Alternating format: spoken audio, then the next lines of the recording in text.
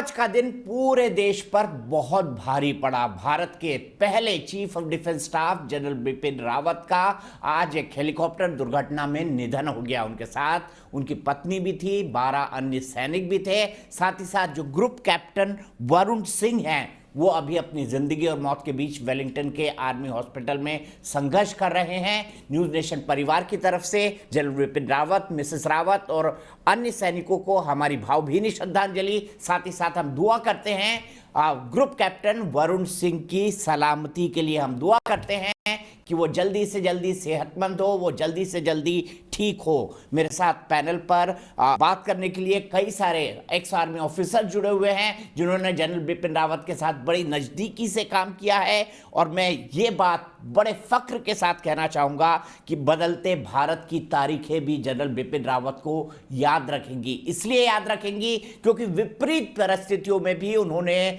बड़े बड़े चुनौतियाँ आई पाकिस्तान के सामने, चीन के सामने से, आतंकवाद के फ्रंट पर, अफगानिस्तान पे, लेकिन उन्होंने भारत का मस्तक कभी झुकने नहीं दिया एक सैनिक के तौर पर। दिग्विजय विश्वकर्मा मेरे एक दर्शक दिल्ली से जुड़ गए हैं। दिग्विजय, कैसे श्रद्धांजलि देना चाहेंगे आप जनरल रावत को? नमस्कार दीपक जी। आप सभी को जैसे विदित है कि इतने बड़े सैन्य अधिकारी का जाना हमारे देश के लिए कितने बड़ी क्षति की बात है।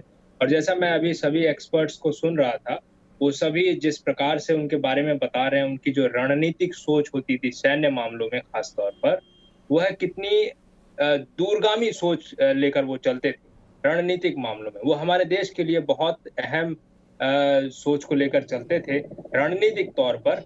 और खास तौर पे जब वो कहते थे कि भारत को 2 मोर्चों पर लड़ाई के लिए हमेशा तैयार रहना चाहिए, जब से वो सेना प्रमुख बने थे। इसलिए मैं कहना चाहूंगा कि एक बहुत बड़ी क्षति है हमारे देश के लिए और पूरा देश उनको नमन कर रहा है, उनको विनम्र श्रद्धांजलि दे रहा है। तो मैं भी ये कहना चाहूंगा कि बिपिन रावत जी का जाना खासतौर पे हम जैसे युवाओं के लिए वो हमारे एक प्रेरणा स्रोत रहे हैं। तो बहुत बड़ी क्षति है, इसलिए मैं उनको शत शत नमन करता हूं और विनम्र श्रद्धांजलि देता हूं।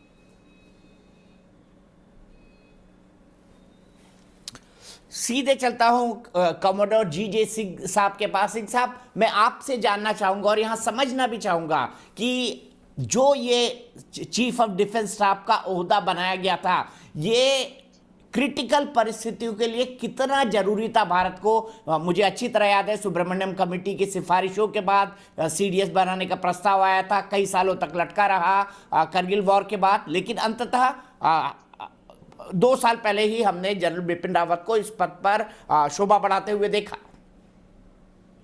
देखिए, जो वॉर की स्किल्स होती हैं, लड़ाई की जो हुनर होते हैं, वो बदलते रहते हैं टेक्नोलॉजी के साथ।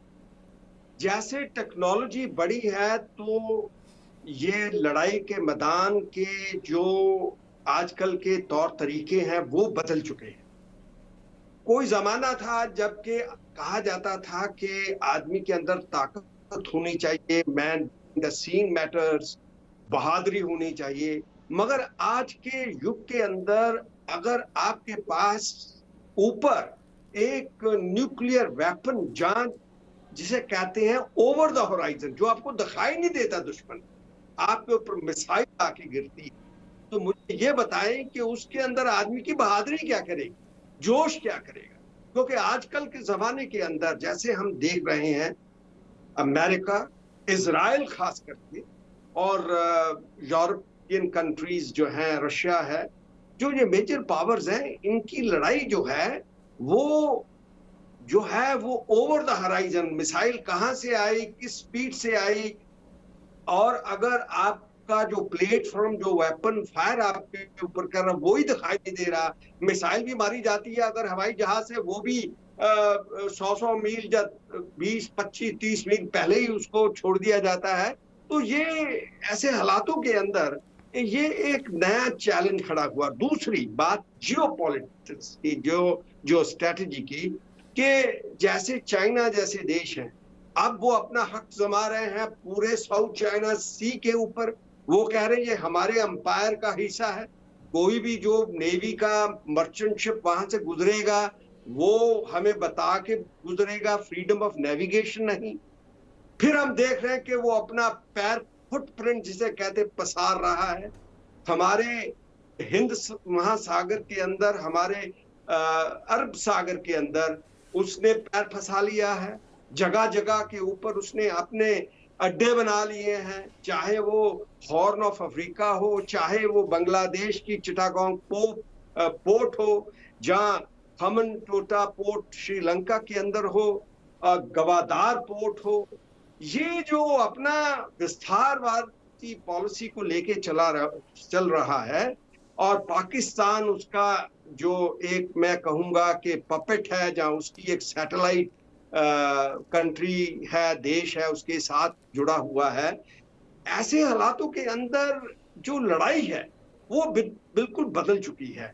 जैसे कि अगर हम जो जहाज रानी निकलती है हमारे गल्फ, पर्शियन गल्फ से, जहां जो एडन अमान की तरफ से इधर आती है और फिर चाइना को जाती, मलाक्का स्ट्रेट थ्रू जाती है, साथ ही हमारे वहां पे अंडमान पोर्ट ब्लेयर और पूरे आइलैंड्स हैं, उनके बचाव के लिए एयरफोर्स भी चाहिए, स्ट्राइक करने के लिए नेवी भी चाहिए, और आर्मी की जरूरत भी पड़ती, क्योंकि जो लड़ाई के अंदर जीत होती है वो तो आर्मी की ऑक्यूपेशन के साथ होती है ना, कि जब तक आर्मी की इन्फेंट्री जाके उस जगह को अपने कब्जे में नहीं करती तो वो तो जीत नहीं होती ना।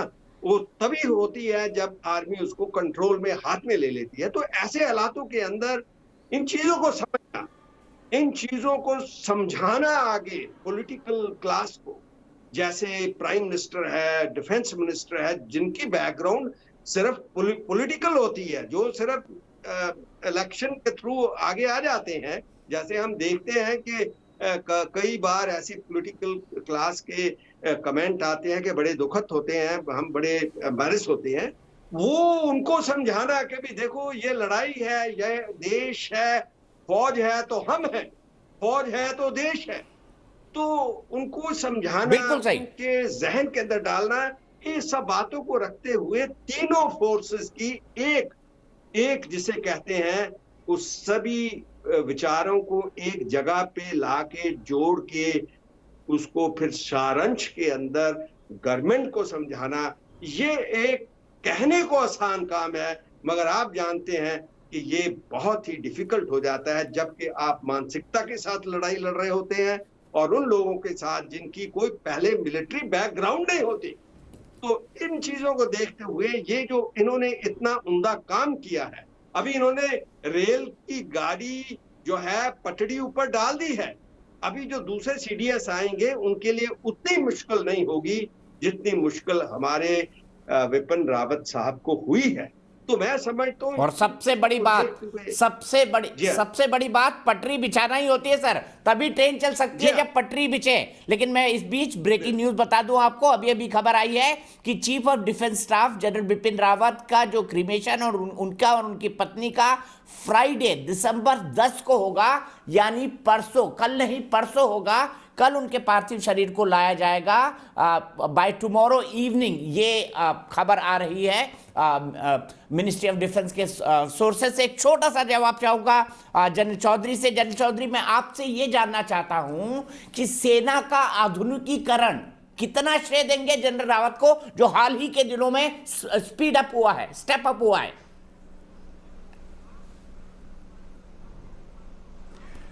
ये बहुत ही इम्पोर्टेंट मुद्दा है, क्योंकि जो सेना का आधुनिकीकरण हमारे सिक्योरिटी के इम्पेरेटिव्स को देखते हुए इतना ज़रूरी था। हालांकि ये काम शुरू हुआ था, लेकिन उसको जो इम्पिटस दिया गया इस सरकार में, और ख़ास करके पिछले 3-4 सालों के अंदर, और जब आर्मी चीफ थे रावत साहब और उसके बाद जब सीडीएस बने, तो इसको एक गति मिली है जो कि बड़े सही ढंग से सही रास्ते पे गुजर रही है। इसमें कई चीज़ें आई हैं। एक तो तीनों फोर्सेस जो कि एयरफोर्स है, नेवी है और आर्मी है, इन तीनों का कितना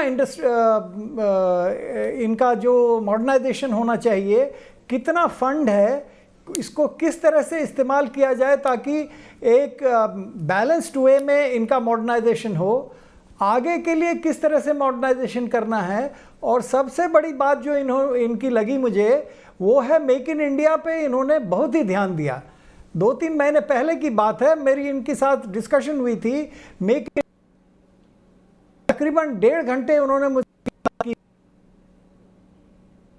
उनका जो विजन था कि किस तरह से अपने देश को दूसरों के सामने हमें हथियार लेने की ज़रूरत ना पड़े, उसके लिए क्या क्या कार्रवाई करनी चाहिए। और उन्होंने जो प्लानिंग की थी उसकी उन्होंने शुरुआत कर दी है। और इसमें सरकार का भी काफ़ी राह पर चल पड़े हैं, वो एक बहुत जरूरी कदम था। चाहे आप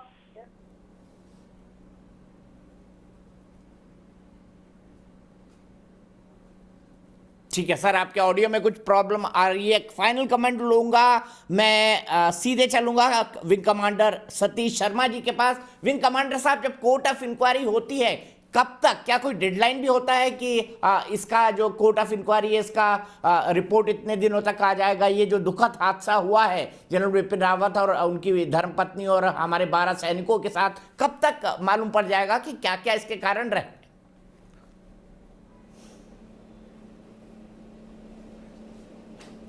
ऐसा है दीपक जी, इसका कोई जितनी जल्दी हो सकता है, एज सुन एज पॉसिबल, ये ओवरनाइट काम करते हैं। और चूंकि ये एक्सीडेंट जो हुआ है, एयर क्रैश हुआ है, इसको इतनी आसानी से नहीं लिया जा सकता है। इसमें इंटेलिजेंस एंगल एक मेन चीज़ है जिसको कि और बखूबी तौर से देखा जाएगा, क्योंकि जनरल रावत हिंदुस्तान के एक लीडिंग फोर्स के वो कमांडर रहे हैं जो कि विदेशों के अंदर भी उनकी आंखों में भी खटकते रहे हैं।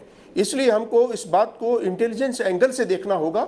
और दूसरी बात, मॉडर्नाइजेशन के बिना कोई भी राष्ट्र की सेना जब ऑब्सोलेट हो जाती है वो महत्वहीन हो जाती है। चाहे हम आज एयर स्पेस की तरफ चल रहे हैं, स्पेस फोर्स बनाने की तरफ जा रहे हैं, ये जनरल बिपिन रावत की दूरदर्शिता ही है कि जिस मेक इन इंडिया की बात अभी अभी जनरल चौधरी ने बताई और जिसकी बात अभी सतीश शर्मा जी कर रहे हैं, मेक इन इंडिया यानी भारत अब डिफेंस के हथियार खरीद नहीं रहा है, बना रहा है और दूसरे देशों को बेच भी रहा है। इसकी बुनियाद रख दी गई है। और जनरल रावत इन सब मामलों में एक पायनियर, अग्रणी की भूमिका में हमेशा से रहे हैं। चलते चलते एक बार फिर जनरल बिपिन रावत, उनकी धर्मपत्नी और 12 जो सैनिक अन्य मारे गए हैं उन्हें विनम्र श्रद्धांजलि। और साथ ही साथ मैं दुआ करता हूं कि ग्रुप कैप्टन वरुण सिंह जल्दी से जल्दी ठीक हो।